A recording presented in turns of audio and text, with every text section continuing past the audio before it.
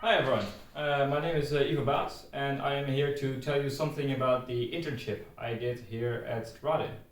So Radin is an electric jet surfboard company that makes these awesome electric jet surfboards. They're almost like a regular surfboard, except they're fitted with this massive battery and this powerful jetpack that propel you up to speeds of nearly 50 kilometers an hour. Here at Radin, I worked at 5 different projects, which are the charger, the battery handle, a torque wrench, a cover protector, and finally the fins of the surfboard. In this video, I'll tell you a bit about the work I did on those different parts, but more importantly about some of the key takeaways I had for every part to hopefully share some useful insights. First, I wanted to tell you a little bit about how I ended up here. So, as I mentioned before, Radin is situated in Sweden, specifically Malmo. And from the get-go, I was really looking forward to doing an international internship. I quite quickly landed on Scandinavia, which led me finally to Radin. In the beginning, it was quite tough to get used to the different culture, more specifically the different language. I don't speak a word Swedish. And even though everybody talks English in the meetings, it was still tough during lunch breaks and those sorts of things. But despite all of that, it was a really cool experience and a great adventure, and I would really recommend anyone to try to do an international internship. Alright, so for starters, we have the battery handle that we have worked on. This was a very interesting project, so it was quite a challenge since initially we had this concept which had these big square bars, and it was my assignment to improve it so that it wouldn't hurt your hand so much and so it wouldn't have the same bend to it. So after a bunch of testing and iteration, I came to this design, and this design has some very thin slots in it to make it manufacturable. However, at the same time, when you clamp down on it, it doesn't hurt your hand as much. I would definitely say that the key takeaway from this is that sometimes the solution is just not there, and it seems like it's not going to be there, and you just really have to keep pushing for it, because sometimes it can come out like from a very surprising corner, as I had in this project. Alright, so that was the battery. Now let's have a look at the charger. This was the second part that I've been looking at, or second, it was actually the last part that I've been working on. Quite set for a challenge. We have a charger that comes with the next generation, and it needs a refurbished and updated housing. In this project, I am only at a very early stage, so I've been doing a lot of sketching for ideation and just finding what exactly the problems are and some early solutions to it.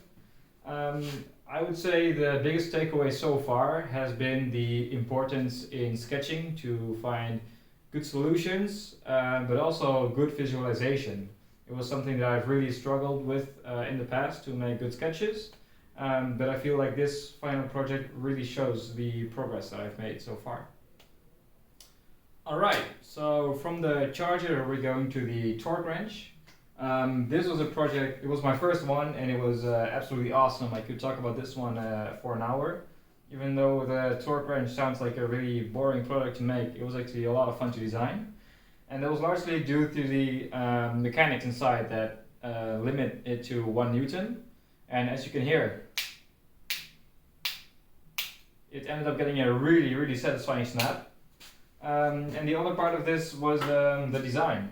So I went through a lot of different options for the ergonomics, and finally I landed on this very pen-like design, and it was a challenge, and it was definitely something that taught me the importance of design, because when I first pitched my torque wrench, my manager said, "Hey Ivo, did you even think about the design?" And I hadn't. I had completely skipped it, and then from there it went from a really engineering project to a really designy project, and that was a lot of fun to do. Alright, so going from the torque wrench to now the cover protector. So this was a part that protects the connector in the jetpack and the battery. Really fun, small assignment, really funny. These were the old ones, and you can really clearly see the different steps that I went through to get to the final model. And I would say the key takeaway from this project is definitely think like an entrepreneur and not an engineer. It's very important in these sort of scale-up companies that you just work very agile and that you just make a bunch of iterations really quickly. And it doesn't have to be perfect. It can just be okay, and then you see where it fails and you go to the next phase. And I think the result was really cool. Okay, so one other thing that I worked on here at Rodin was not necessarily a project, but more something for myself, and it's the daily sketches. So quite early on in my internship, I realized that my sketching skills were really not where I wanted them to be.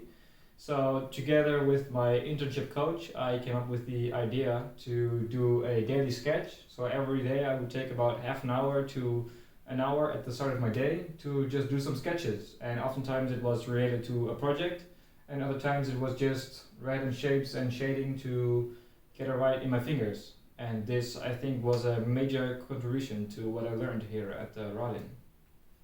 Okay, so last but definitely not least, we have the fins. This was one of the biggest and most fun projects that I've worked here at Rodin. It basically consisted of two parts. The first one was the fin box. This was the interface between the fins and the board, and it was quite challenging because our competitors, FCS, have a patent on the interface. So what we've done is we've gone back to a patent for the interface that's even before this one that had already expired. However, that did mean that we had to stay within certain boundaries. And the challenge was really to make something that was well within those boundaries, but still worked really well. And I think I got it right. And so the second part was the fins themselves. And this was a big passion project of mine. A lot of research went into looking at how these fins work, because existing fins are very different from the ones that we use for these boards.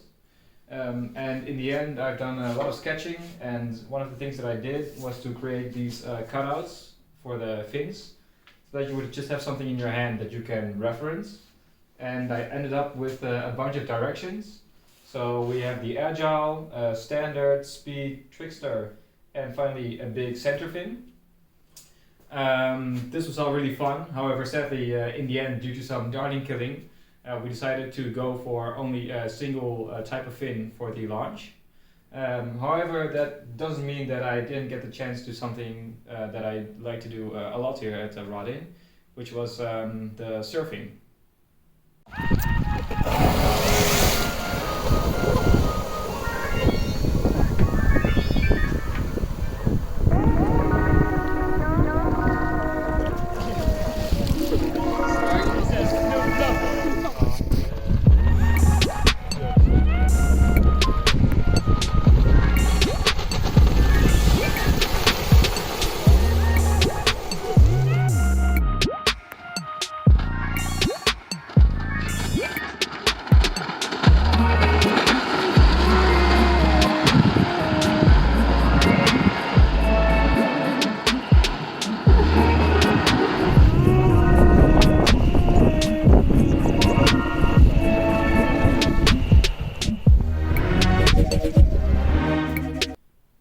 Alright, so I hope that gives you a bit of a feeling what it was like to do my internship here at Rodin.